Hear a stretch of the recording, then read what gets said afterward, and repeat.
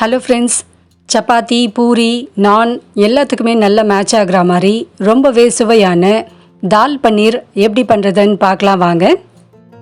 தால் பன்னீர் பண்ணுறதுக்கு ஒரு குக்கரில் அரை அழகு பாசிப்பருப்பை ஒரு தடவை தண்ணியில் அலசிட்டு எடுத்துக்கணும். அதுக்கப்புறமா அதில் ஒரு கிளாஸ் தண்ணீர் விட்டு கொஞ்சமாக மஞ்சள் தூள், ஒரு ஸ்பூன் எண்ணெய், 3 பழுத்த தக்காளி போட்டு இதை ஒரு 4 விசில் விட்டு நல்லா வேக வச்சு எடுத்துக்கணும். பெருங்காயத்தூள்லாம் சேர்க்கக்கூடாது, அதுக்கப்புறம் டேஸ்ட் நல்லா இருக்காது.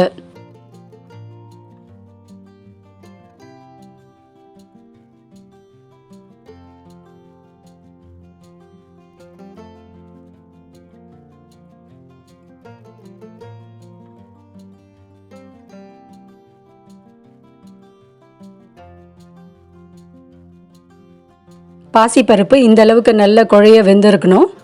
இப்போ இதை ஒரு மிக்சி இல்லைன்னா பிளெண்டர் வச்சு தக்காளியோடவே சேர்த்து நல்லா இதை கடைஞ்சி எடுத்துக்கணும்.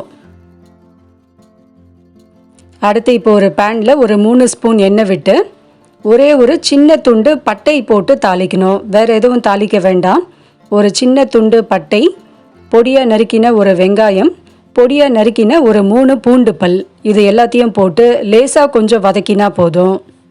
ஒரு ஸ்பூன் சீரகத்தை மட்டும் லேசாக இது மாதிரி கையால் கசக்கிட்டு எண்ணெயில் போட்டு பொரிய விட்டுக்கணும்.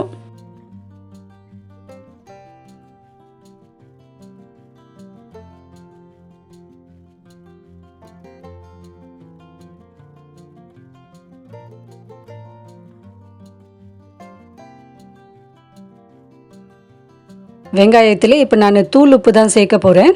சின்ன ஸ்பூனால் 1.5 ஸ்பூன் தூள் உப்பு சேர்த்துட்டு வெங்காயம் கொஞ்சம் லேசாக வதங்கினா போதும். நல்ல பொன்னிறமாக மாறணும் அப்படிலாம் கிடையாது. லேசாக கொஞ்சம் பச்சை வாசனை போனாலே போதும். அடுத்து இதில் 1 ஸ்பூன் கரம் மசாலா தூள், 1.5 ஸ்பூன் மிளகாய் தூள், மிளகாய் தனியா ரெண்டும் சேர்த்து அரைச்ச தூள் இது. மிளகாய் தூள் சேர்த்த பிறகு அடுப்பை லோ ஃப்ளேமில் வச்சுட்டு எண்ணெயிலே லேசாக இது மாதிரி பரட்டி எடுத்துட்டு கடைஞ்சி வச்சுருக்க அந்த பருப்பு, தக்காளி அந்த விழுதை இதில் சேர்த்துட்டு ஒரு கிளாஸ் தண்ணீரும் விட்டு நல்லா கலந்து விட்டுடணும். அடுத்து இதில் பொடியாக நறுக்கி வச்சுருக்க பன்னீர் துண்டுகளையும் போட்டுட்டு தண்ணீர் நம்மளோட தேவைக்கு ஏற்ப சேர்த்துக்கணும். ரொம்ப தண்ணியாகவும் வேண்டாம், ரொம்ப திக்காகவும் இருந்தால் நல்லா இருக்காது. கொஞ்சம் சப்பாத்திக்கு தொட்டுக்கிற பதத்தில் பருப்பு இருக்கணும். அந்த அளவுக்கு தண்ணீர் விட்டு நல்லா கலந்து விட்டுட்டு கடைசியாக கொஞ்சம் நறுக்கின கொத்தமல்லியும் போட்டு மூடி போட்டு இதை ஒரு 5 நிமிஷம் சின்ன அடுப்பில் வச்சு வேக விடணும். பெரிய அடுப்புன்னா அடி பிடிச்சிடும். சின்ன அடுப்பில் வச்சு ஒரு 5 நிமிஷம் வேக வச்சோன்னா பன்னீர் நல்லா சாஃப்டாக வெந்து வந்துடும். 1/4 ஸ்பூன் மட்டும் சர்க்கரை சேர்த்தோன்னா நல்ல டேஸ்ட் எடுத்து கொடுக்கும். ஒரு 10 நிமிஷத்தில் சுலபமாக பண்ணக்கூடிய சைட் டிஷ் வெரைட்டி இது. சப்பாத்தி, பூரி, நான் எல்லாத்துக்குமே இது நல்லா மேட்ச் ஆகும். இந்த மாதிரி கொஞ்சம் எண்ணெய் லேசாக கொஞ்சம் பிரிஞ்சு வந்த பிறகு அடுப்பை ஆஃப் பண்ணிடலாம். ரொம்பவே சுவையான தால் பன்னீர் ரெடி ஆயிடுச்சு. கண்டிப்பாக இந்த மெத்தடில் ட்ரை பண்ணி பாருங்கள். உங்கள் எல்லாருக்குமே ரொம்ப பிடிக்கும்னு நினைக்கிறேன்.